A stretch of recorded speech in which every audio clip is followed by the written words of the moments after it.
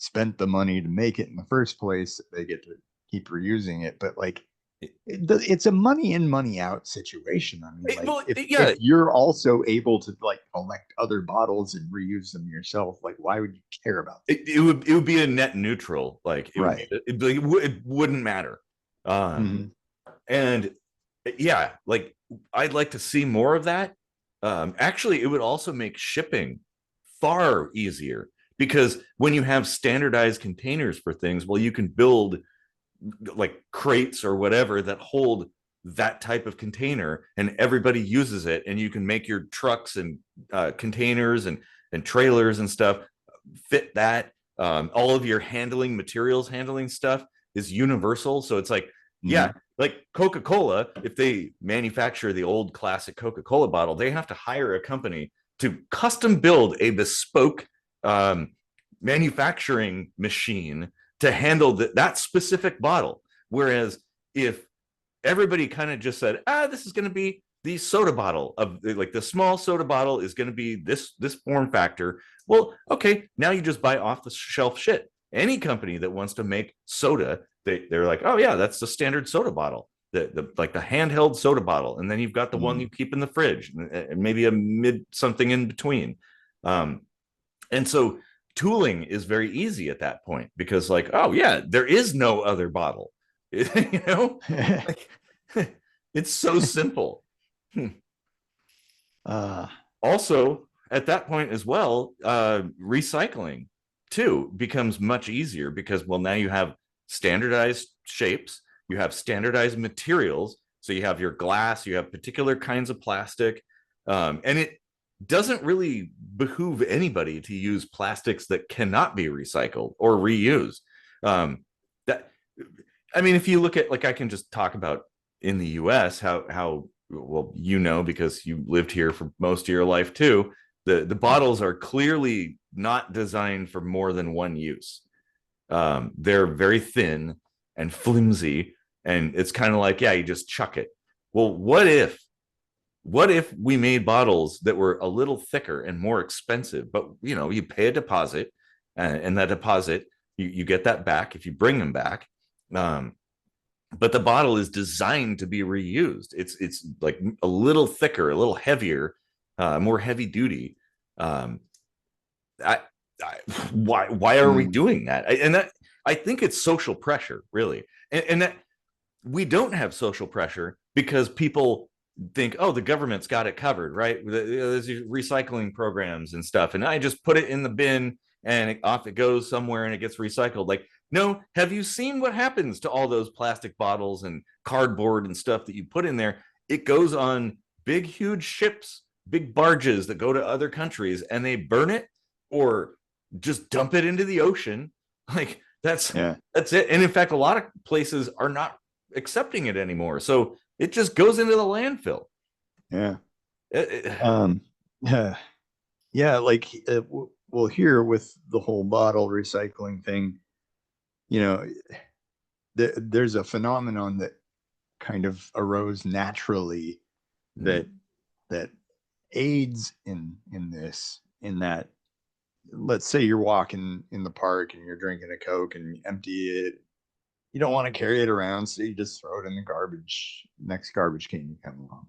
Well, the lower income folks make a habit of just wandering around, digging through trash and filling up a bag and taking those to these grocery stores and using it to get the little receipt that gives them a credit at the store. Yeah. And they buy whatever they need to buy or want to buy, let's say. Yeah. Well, and beer. Yeah, probably.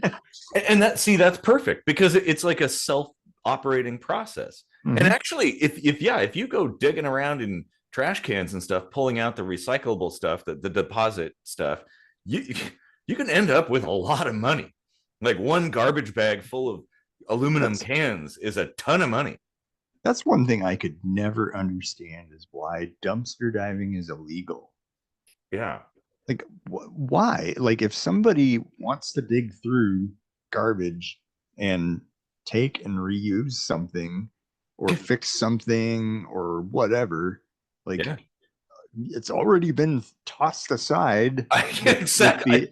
That is a mystery to me as well, too. Yeah, like the inevitable end game of sitting and rotting in a landfill somewhere, and you want to make it illegal for someone to recycle it. Well, and also too, food as well. A lot of like restaurants and stuff, they're required to throw away perfectly good food because it crossed some threshold of time or whatever. But it was on somebody else's table. Yeah, but it's still perfectly edible. So it's like, hey, yeah, I don't understand that either. I've dumpster dived a lot. It's a really fun experience. I mean, it can be messy sometimes, but like I've found some treasures.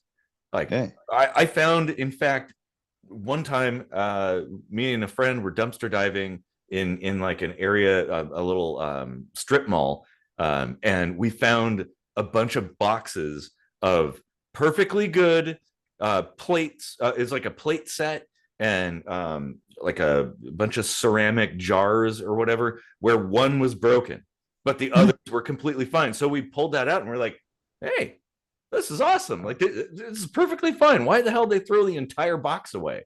But it's like, well, they can't sell the entire box because it's packaged as a box.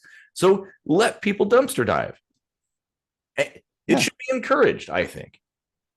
It really should. Like, especially in the US where there's so many homeless people. Like, when you're out there with no shelter and you're desperate for anything, like, don't give them shit, like, just let them go find whatever treasure they might find. Yeah. And yeah, you and I have gone dumpster diving before, like usually behind like office supply places where we knew it wasn't going to be totally gross. Just paper and furniture. And the odd electronic. I think when we started a printer business, we came upon a bunch of dumped laser printers that we then took back and parted out, so we had some parts like for free. Exactly. It's like, hey, one man's trash is another man's treasure, really. We literally started our business in a dumpster. That's awesome. Yep. Well, and that is part of the reuse side of things. Like, it's this is where we need this kind of mindset to emerge and become much more prevalent within our culture, that we need to be mindful of what we purchase, and we need to purchase things with the thought of, hey, reuse this thing. And if you did it just once, that's a huge deal. Like, I repurpose as many things as I possibly can. In fact, there's several videos out there. If you happen to have a 3D printer, you can take plastic bottles and turn them into 3D printer filament. It's like it's using a 3D printer, like it. Well, no. You can basically reuse a bottle in a 3D printer. Yeah. And in fact, if that became commonplace, people might make 3D printers specifically to do that, where it's like, oh yeah, you scrounge out a bunch of pop bottles out of the garbage and score them and cut them into strips and then load it up in your 3D printer, and there it is. And now it has another life as something new. And like, we need to do that. But it's like I said, it's a mindset thing. It starts with the point of sale. It starts with you consciously choosing to buy things that either have a long lifespan. Like, instead of buying a cheap shirt from Walmart for $5, you go and you buy yourself a $20 or $30 shirt from Nordstrom that is going to last your whole life. Like, I have a belt that I bought from Nordstrom in 1996, and I'm wearing it right now. Like, I have been wearing it that whole entire time. It cost $40 in 96, which was a big deal. But like, you know what? It's still here. And holy shit, if I were to bring this belt, like if it broke and I brought it to Nordstrom, they probably wouldn't be able to give me the exact model, but they have a lifetime warranty, like an actual lifetime warranty. And that's cool. And we need to be supportive of stuff like that. Yeah, that really needs to come back. Yeah, because quality. Because that forces the company to not make a piece of shit product. Yeah. If they don't want to keep replacing it, Mm-hmm. and in doing that, then you're keeping shit out of the landfill. Mm-hmm. That's the episode we did, was the right to repair, Oh yeah. which Yep. is pretty related, I think. So Oh, absolutely. Well, yeah, because repairing stuff, you're not throwing it away; you're keeping it going, mhm. and that's super important. See, and because companies can make basically the same amount of money by charging more for a well-made thing rather than charging less, but basically having the same profit margins, but you make way more of them and they suck and they fall apart. Like we need more of that. People need to demand higher quality stuff that's designed to last, designed to, well, and like I think in the right to repair episode, I mentioned that I have a bunch of old products from back in the day, electronics and stuff like that, that came with um, a parts list that you could, like a little form you could fill out and order parts, and a schematic. So it's like it was built to be fixed by the user, right? Like, and my phone, and I brought this up too, and I'll bring it up again. Unihertz, the company that made my phone, their devices are all built to be fixed. They sell parts.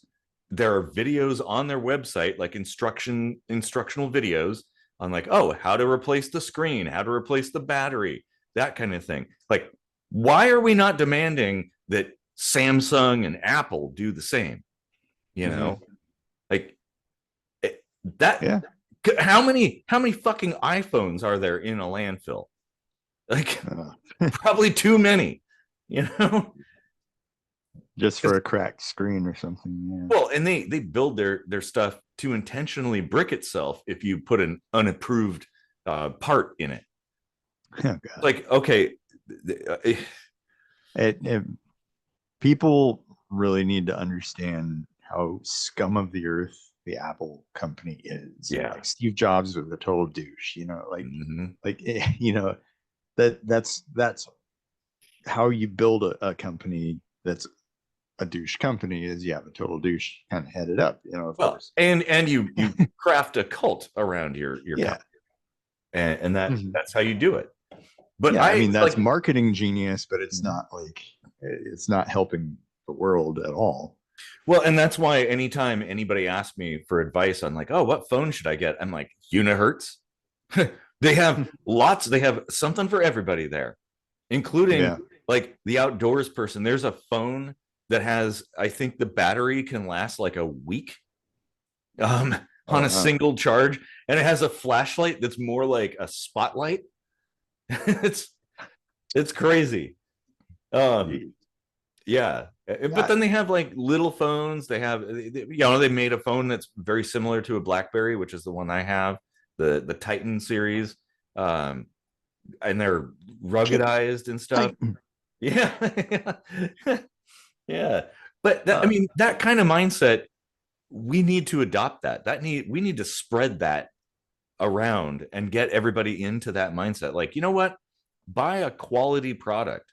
Sure, there are situations where buying a throwaway thing makes sense, and that's fine. That's okay, as long as it is not your MO. Like, that is how you operate all day, every day. Is like, oh, I drink soda all the time, and I just throw away or recycle these bottles and cans and stuff. Bottles and cans, and just clap your hands, and just clap your hands.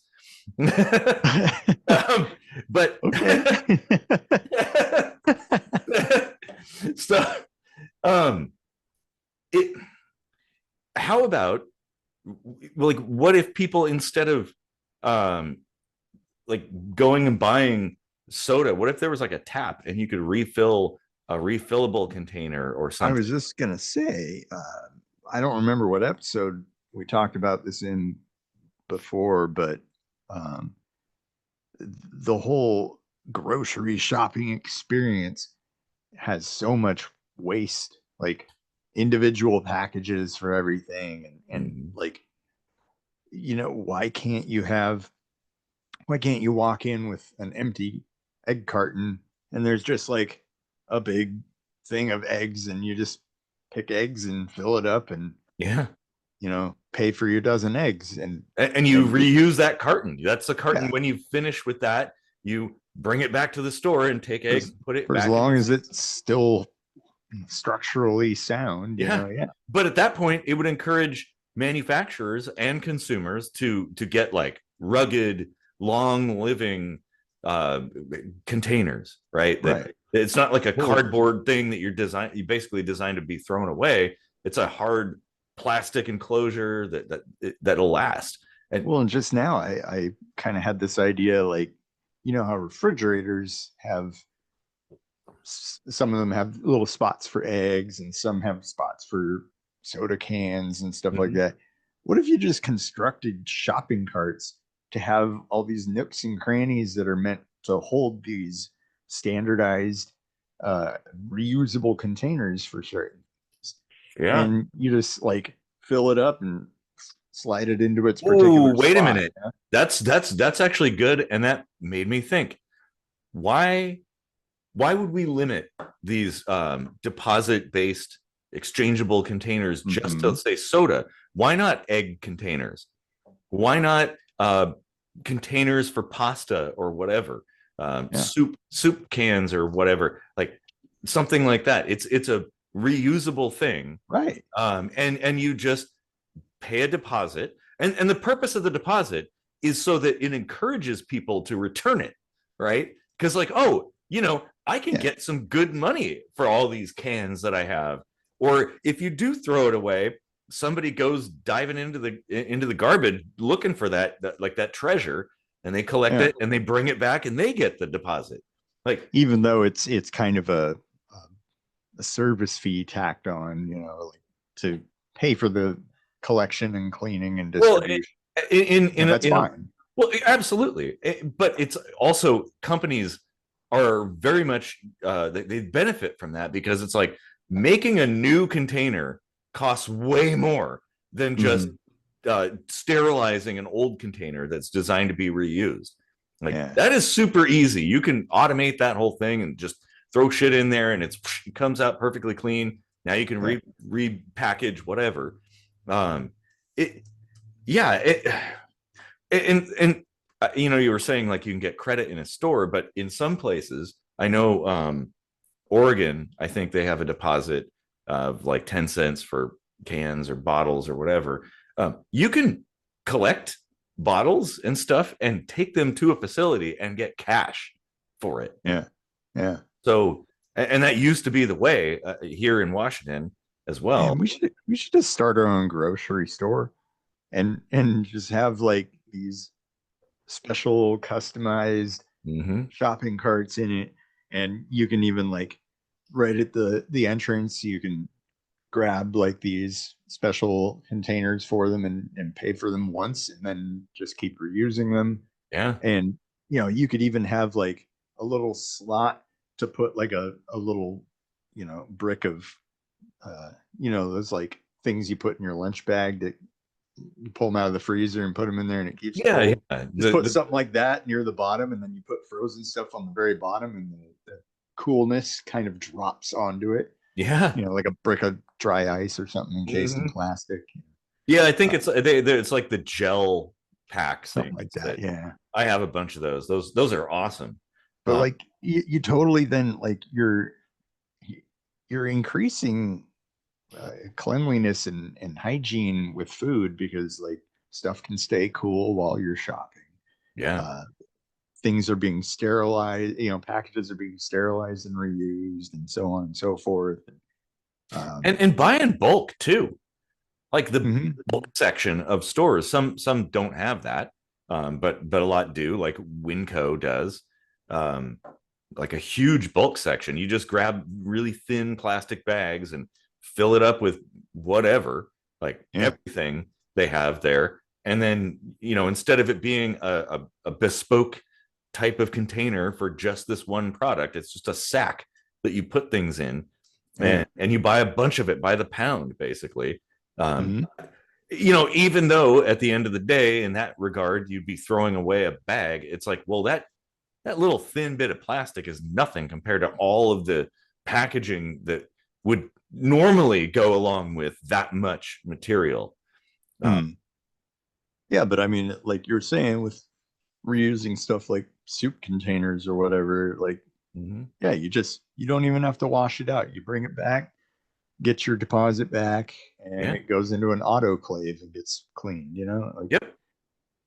And the amount of energy to do that is far less than the amount of energy and materials to create a new container, even a shitty one too. So, man, that needs to happen. Yeah, it really does. Damn. That would be a game changer. And this is the thing that's super annoying to me, is like, whenever I buy stuff, like maybe I want I don't know, a USB cable, right? And so I go to the store, and they have this USB thing in the vacuum of like the clamshell packaging that cuts your hand whenever you try to open it. It's like, dude, it's a fucking it's a 6-foot USB cable, and I have this big plastic thing this big with a cardboard thing in it and like a bunch of stuff in there. Like, no, it ought to be efficient. Like, put it in a Ziploc bag or whatever. Yeah. And then it has a little like sign that they're all proud of. It's like, made with 5% recycled plastic. And exactly. Like 8 pounds of brand new plastic all around it. I know. Like, I hate that plastic that, like, not only is it way too difficult to like open, but yeah, it totally cuts you. Like, the one benefit is you can reuse it. You just cut it into little shards and build a dirty bomb. But well, you might need a few extra components for that one. I can't think of a more deadly shrapnel than the plastic containers. Legos. A Lego bomb would be the worst. And it would be demonetized. A ground burst, so Legos spread all across the ground, so everybody like hurts their feet as they step on them. Because everybody knows there's no pain like a barefoot stepping on a fucking Lego. Oh my god.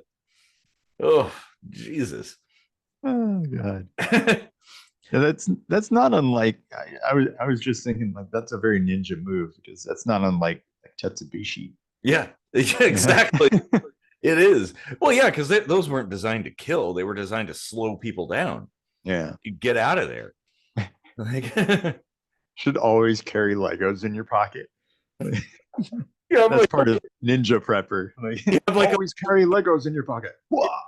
Special pouch with Legos in it that you could slow down your pursuers. Well, and like, I think also containers, not only that could be reused within the system, but also containers that the consumer themselves could reuse. Like I said, Ziploc bags. Actually, a good example, this Kroger sliced meat stuff that I get comes in like a little, I guess it would be considered Gladware container. Oh yeah. The plastic container, and it's perfect. It's like, okay, ultimately it's just like a little plastic pouch that all the meat is in, so you throw that away. But I use those containers all the time. I have a whole stack of them. They're so useful. It's like leftovers. I put them in there. I wash them out and reuse them and stuff. That's amazing. Like, hey, perfect. What a good design. But if it came in a Ziploc bag, it's like, you can always use Ziploc bags for stuff, for stuff that you want to, food stuff or non-food stuff, just collecting things and storing them together in a convenient container.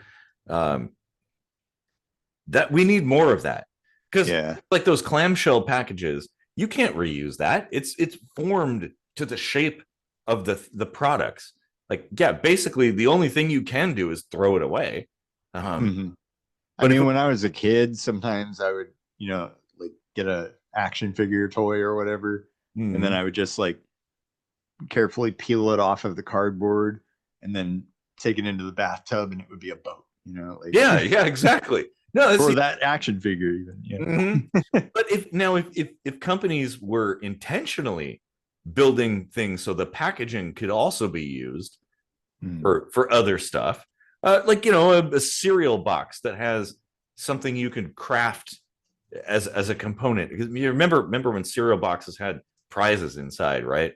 There were boxes, I remember a few that I came across where if you like carefully open the box flat, there were things printed on the inside that, like, you know, you cut things out and tape things together and you build yourself like a little robot or whatever. Like that's cool. Like, we needed more of that. There's all kinds of ways we can make things be reusable in some fashion. Man,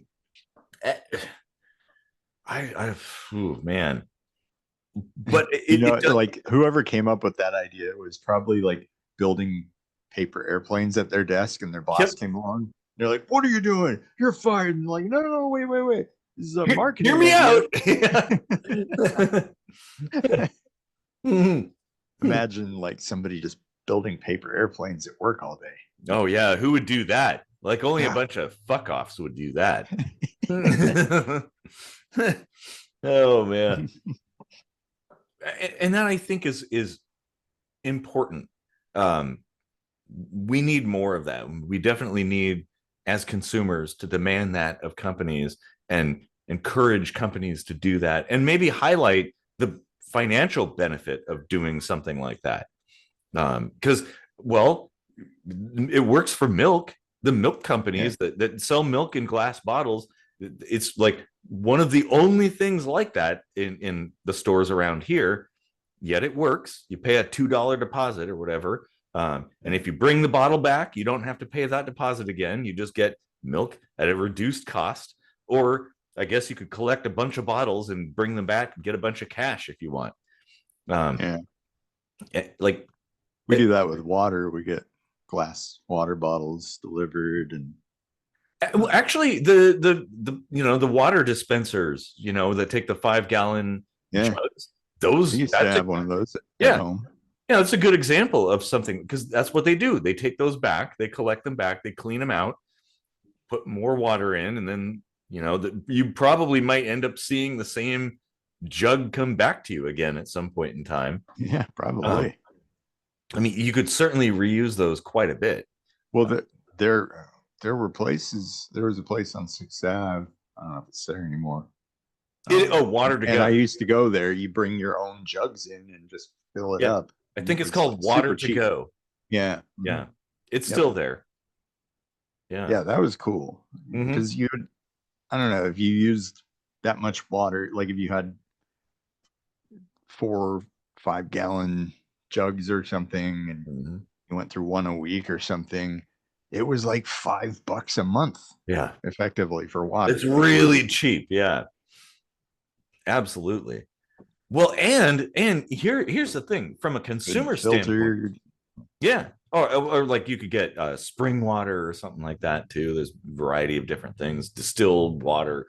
From a consumer standpoint, it also makes sense, because ultimately the cost of things would come down, because one major cost is packaging. Like, packaging is really expensive, and you pay for that when you purchase a box or a package of ramen or something like that. Like, that packaging is factored in. That costs money. They have to do that. And like, imagine if instead of your top ramen or whatever, you just had like raw ramen.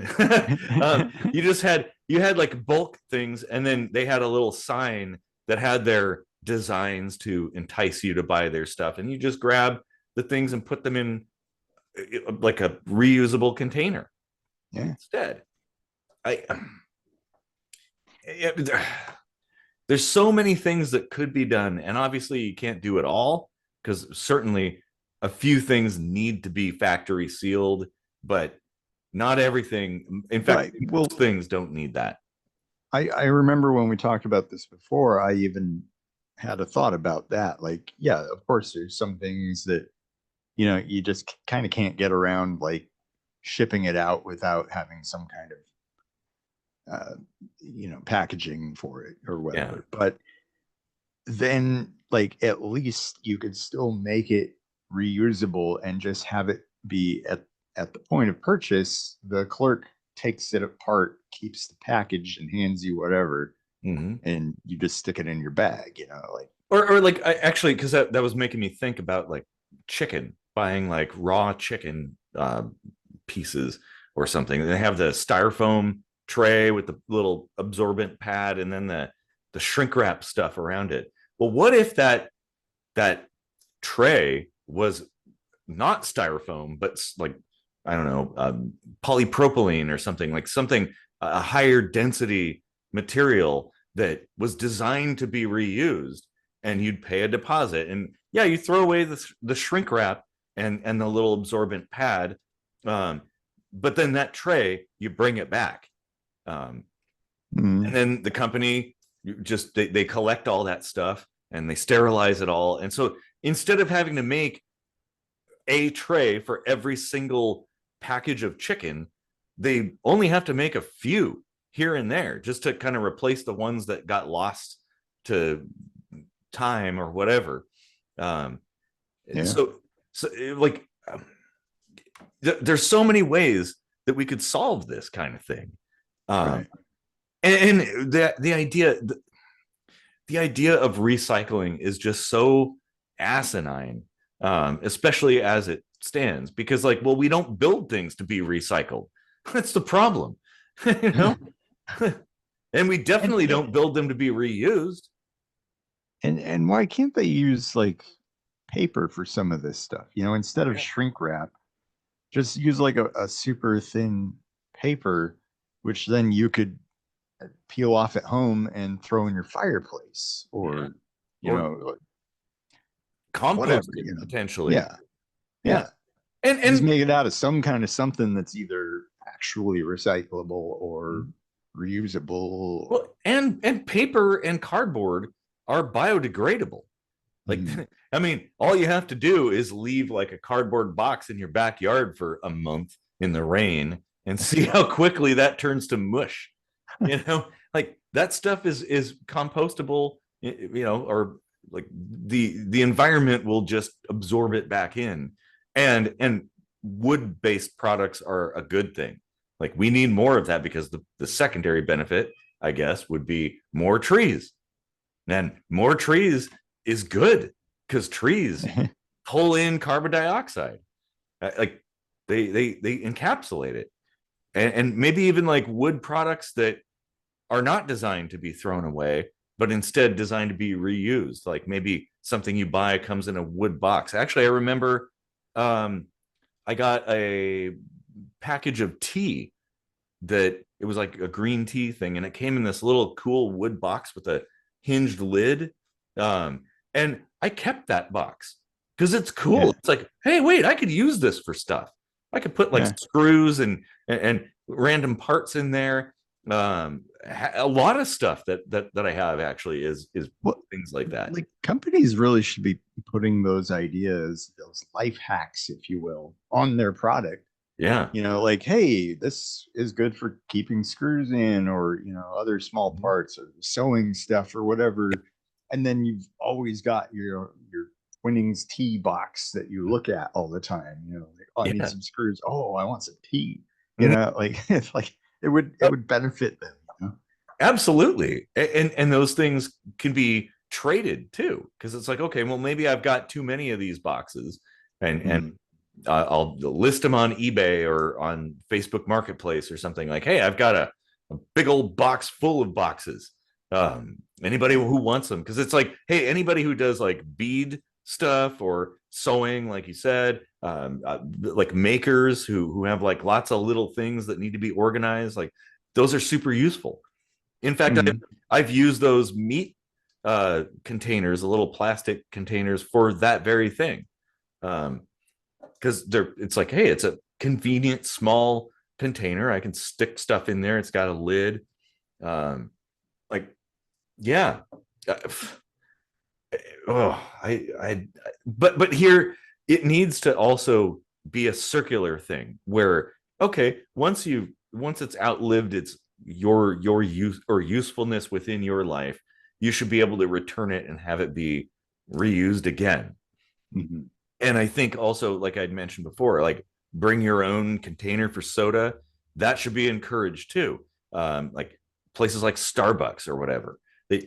I can't calculate how much waste Starbucks is responsible for. Like, dude, we need more people to bring their own container. Like, hey, I want this drink. Here's my coffee cup or whatever. Like, put it in this thing. And they do that. They do, but it's very limited. It's almost like what we need to do is give people a credit for doing that, right? Like if I think if they just served everything in those containers, like people would be more used to, like, rather than just having a cup that they're used to throwing away, they would have a cup that they would have to remember to bring with them when they go to work the next morning. You know, like it's so it was always super hard at first to remember to bring your shopping bags with you when they banned all those plastic bags, right? But then eventually it became enough of a habit. Well, it's like if you just did that, if you served some really nice to-go coffee mugs with, you know, all emblazoned with your brand, and handed that to somebody when they bought a coffee, and then they come back the next time and you just sell the coffee cheaper to them. Exactly. You know? Yeah. So it's like you buy the cup the first time. If you don't have the cup, you buy it. And then the cup is nice enough that you're like, well, I don't want to throw that away. Because that's like a really nice cup. And you could use it yourself if you want to. Or next time you go back to, say, Starbucks, you bring that cup with you. And then because you know, oh yeah, I'm going to get like a $2 discount. Like it's going to be cheaper as long as I bring this cup. And for the people that are like, oh, but what, I'll probably forget, and then I'll just have like 70 Starbucks mugs. Well, like you can have a system where, like, oh, you know what, I forgot the mug today. Okay, well, just bring it back tomorrow and we'll give you the credit. So you come back, bring the extra mug, and then like you're actually handed money in some of these situations, you know. Like, 50 years ago that would be difficult to achieve, but now we have the technology. I mean, you could have a QR code on every mug. Most people who frequent establishments like Starbucks have like an account of some sort, and they could keep track of that stuff. So yeah, good point. So many better ways to do things that, like why aren't there people like having brainstorming sessions like this? Or I mean, they probably do, but then there's somebody being like, you're a prophet, you know. Well, and I think it's like a chicken and egg thing. People think that, oh, there's no way this could be adopted, or people aren't going to accept it or whatever. But it's like, look, 100 years ago, they did. That was a very smooth operation with Coca-Cola and the bottles and stuff like that. Very functional. So there's your evidence, right? Like it does work, obviously. It was like the perfect scheme, I guess, to like play into like the way humans operate. Like, oh yeah, there's an incentive to like keep these bottles and bring them back. Like, you'd be an idiot to throw that bottle away because that's $2, right? Or whatever the cost might be. And it could be, I mean, if you really want to incentivize people, you make it $10. You know, there you go. Because and even with beer, that, you know, like it would be nice if people went to their local breweries more often, got growlers and stuff. You know? Yeah. I mean, it's with carbonated stuff, it's tricky because the second you open it, you kind of got to use it within a day or two. But, you know, like, but beer bottles could operate like the regular standard. Yeah, instead of growlers, you could just maybe do the exact same service with individual bottles. Yeah. No. And actually, beer bottles are relatively standardized, like pretty close. Like your basic beer bottle. There's like the small ones, the regular. What are they? 12 ounce or what? I don't know. I usually metric. Well, I mean, this one's pretty big. Mm-hmm. And there's like your standard size. Yeah. And then there's these like stubby, funny ones. And well, this one's like even a different shape. Oh, that's kind of weird. Over there, I've got one that's blue glass. I kept that just because it's super cool and rare. That's awesome. How often do you see blue glass? No, that is really uncommon. But here's the thing, kind of what I was saying. Like, okay, the industry itself could get together and be like, have a little powwow and say like, okay, we'll have this bottle. There's going to be a bigger one. There's going to be an oddball one, like your stubby or whatever. Even if it was only 5 designs, right? That's enough. And then you apply your label to it to, make your identity a part of that. And then people just bring them back. And like I said before, it'd be a net neutral eventually. Like, you could take anybody's bottle because they're all the same, basically. Mm-hmm. And I mean, if companies really wanted to get sticky about it, you could have your bottles stamped, like pressed in a certain way that would indicate which company made the bottle, and they might get the credit for it. But then you don't even need to do that. By the way, those 3 bottles I showed you, the standard and the 2 stubbier ones that were all 3 different heights, they're all 0.33 liter. So what's the point? Each and every one of them. Yeah. What is the why? Shape. Why have them be different? Because this is the stupid thing. It's a container.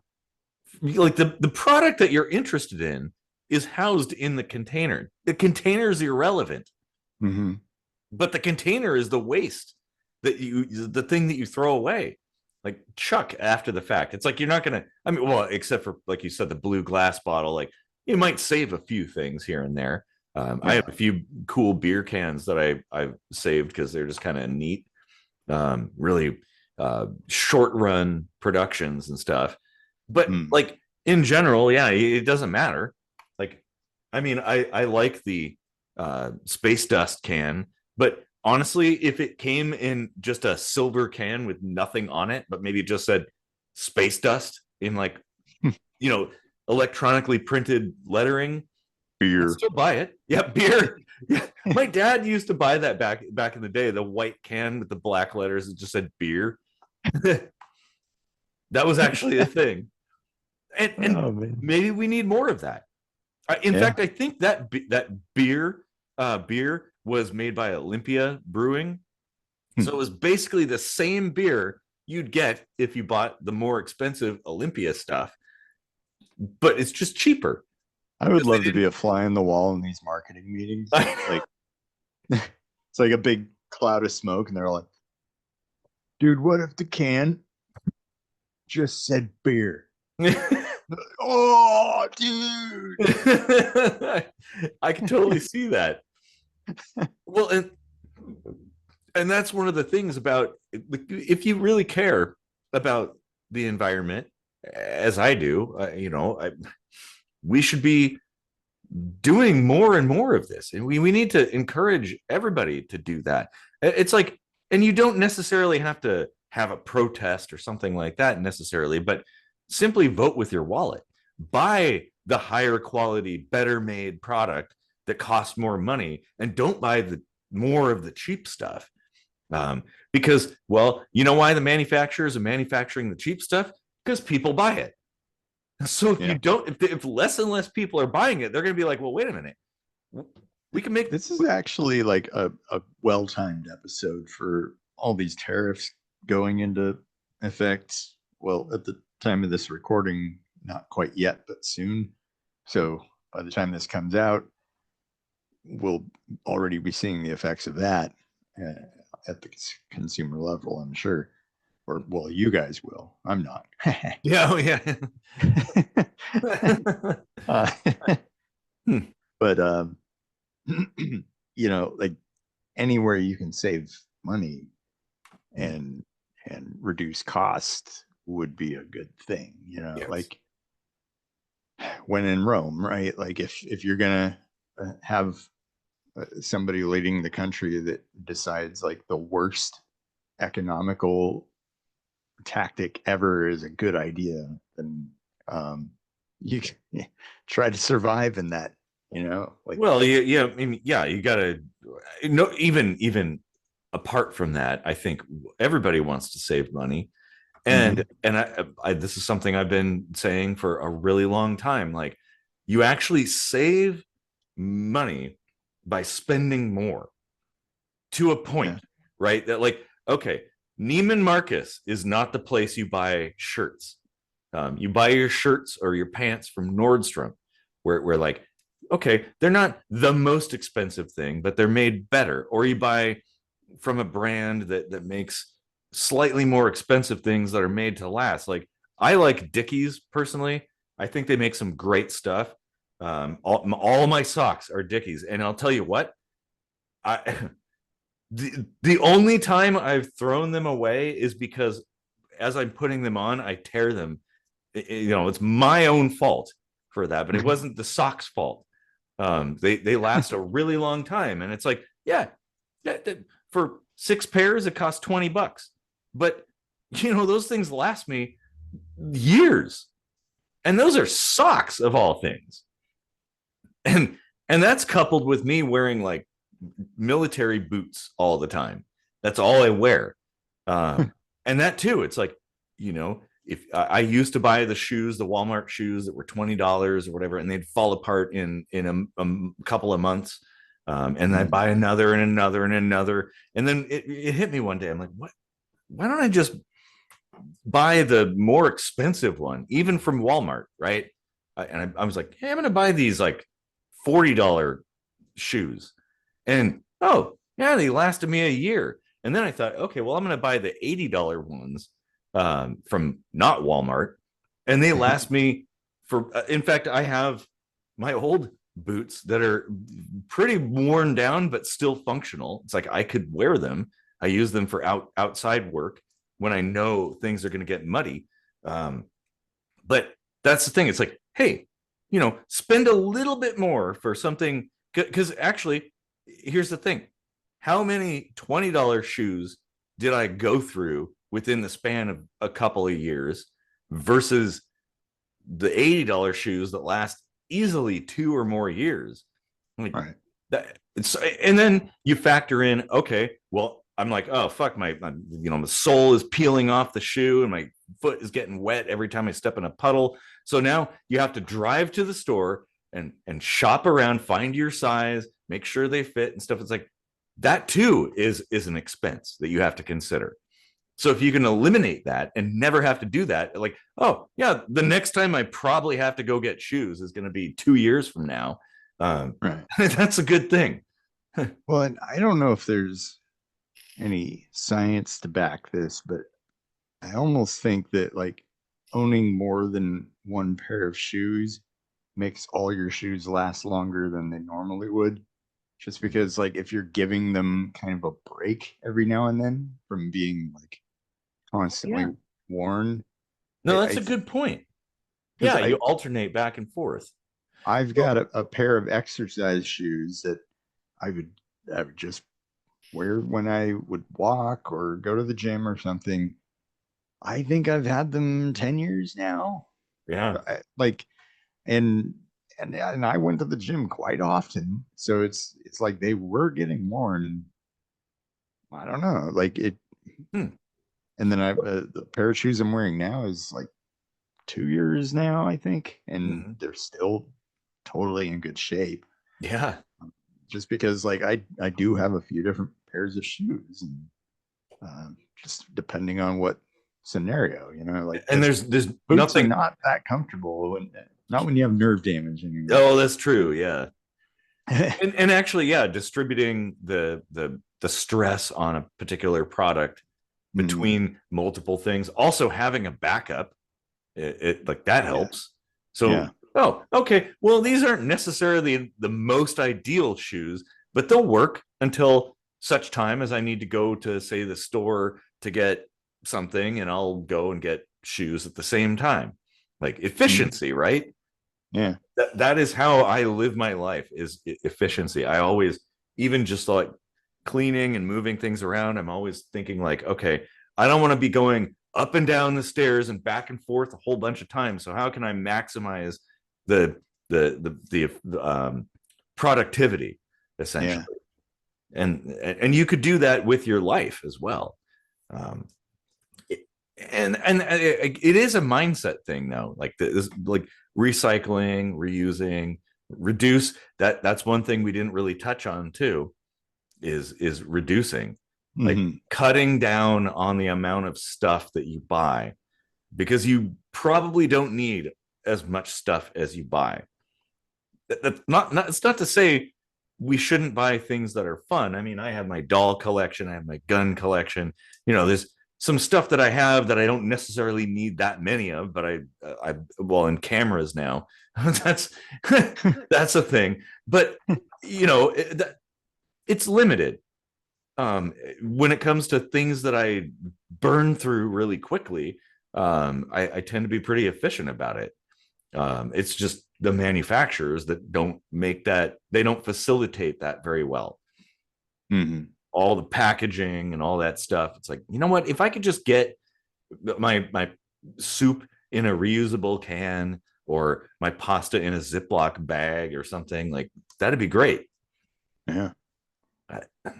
Well, like Campbell's makes those little soup to go things that you can throw them in the microwave at work or whatever.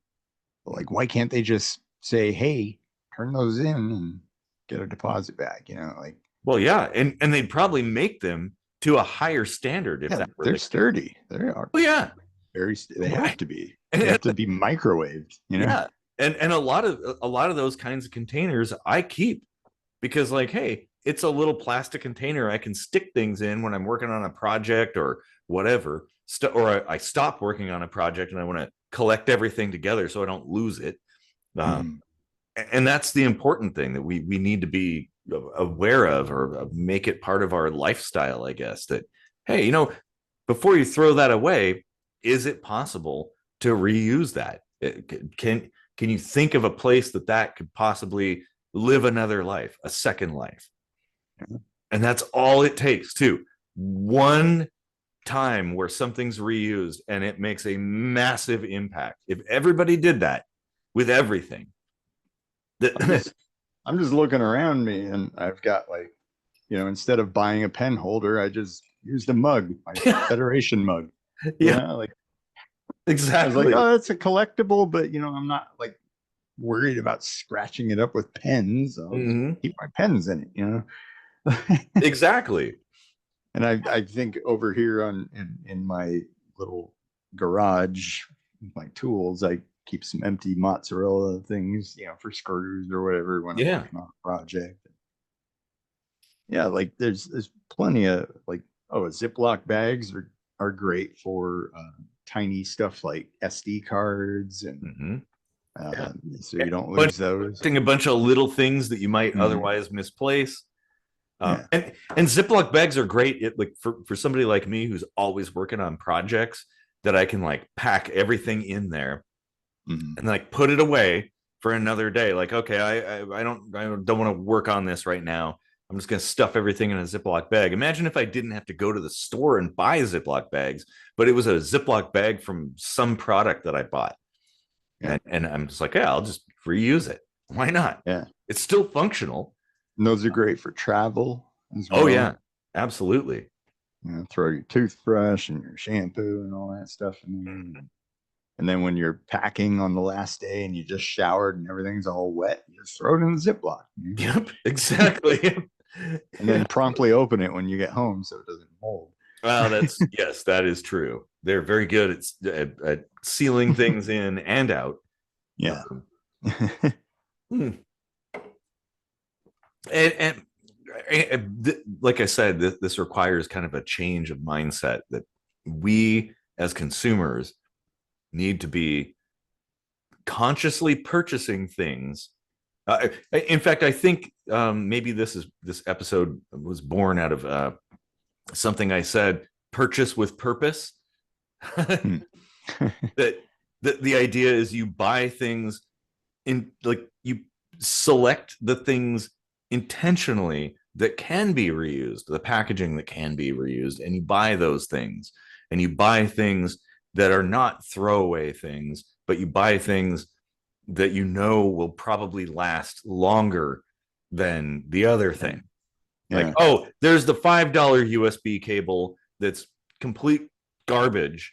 But then there's this $10 one with the braided stuff that, like, you know, and the strain relief and stuff. Oh, yeah, that's probably going to last a lot longer than that cheap one.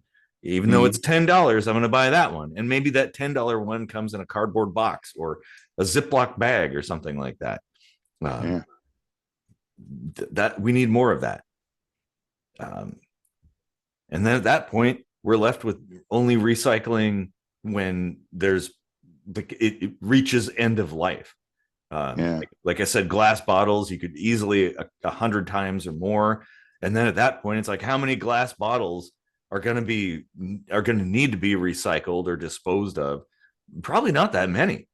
How many are going to need to be manufactured at that point? Well, not that many, because there's like you make them and then they last 100 times. That's Travel is another good way to, or a good opportunity to think about things like that. Like, what can I use to either compact something in a clever way, or to make something maintain its structural integrity through the process of being tossed around and crammed into the underbelly of a plane. Like I saw a video. I enjoy watching these life hack videos. You know, like what to do with this thing and so on and so forth. And I saw one for travel where they took like a plastic straw and put all their like necklaces through it, and then closed up the necklaces around the straw, so there was just like a straw with necklaces, and now they're not tangled, you know. I was like, oh, that's fucking clever.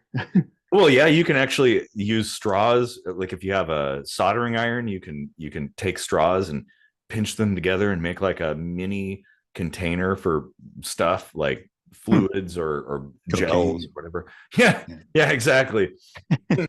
Well, and then it doubles, you clip the ends off and there you go. Yeah. Yeah. You know, and also pixie sticks. Pixie sticks. Yeah, sure. The origin of the paper straw, I guess. Like multi-purpose things, that's another factor as well to consider, is like, can something have more than one use? So instead of having, now it's like, okay, you reach a point of diminishing returns. Like multi-tools are awesome because like this little tiny thing kind of does it all, but it doesn't do anything quite very well. So there are situations where you do want like a whole Phillips #2 screwdriver, right? You don't like the little screwdriver on the end of the multi-tool is not necessarily the best, but you know what? Yeah. It's doable. And I love that's like my one everyday carry thing is the leather. Yeah. Like I use this thing at least once a week. Oftentimes as much as every day. Yeah, mine is a Gerber. Mine's a Gerber, but that's basically the same thing. I just have like the flip out thing, which is kind of fun. Addicting. It's like a fidget tool, basically. But like you said, compacting things down, like keeping things really small. I'm a big fan of small stuff, like a Polly Pocket fan, if you will. That's not what she said. No, she didn't. But like, well, and at some point in time on this channel, I'll revisit some of my small survival kits, including one that I think is probably the world's smallest functional survival kit. But like, you know, maybe you don't need all that stuff. Maybe like compacting things, using less, like well, less is more, right? that, that and I think about that, actually. That's a good thought. Now that it hit my mind. I have a lot of art supplies, but I don't do as much art as I did when I had very few. It's almost like I have too many options at this point. The same thing with like my workshop. I have all the tools. Well, not all of them, but I have enough. And I don't build as many things as I did when I had just a handful of tools. Yeah. I don't know. Hmm. Well, Jesus, this man. Definitely covered a lot of stuff, but there's tons more that we probably forgot or haven't thought of on our own. So Yeah, that stuff in the comments.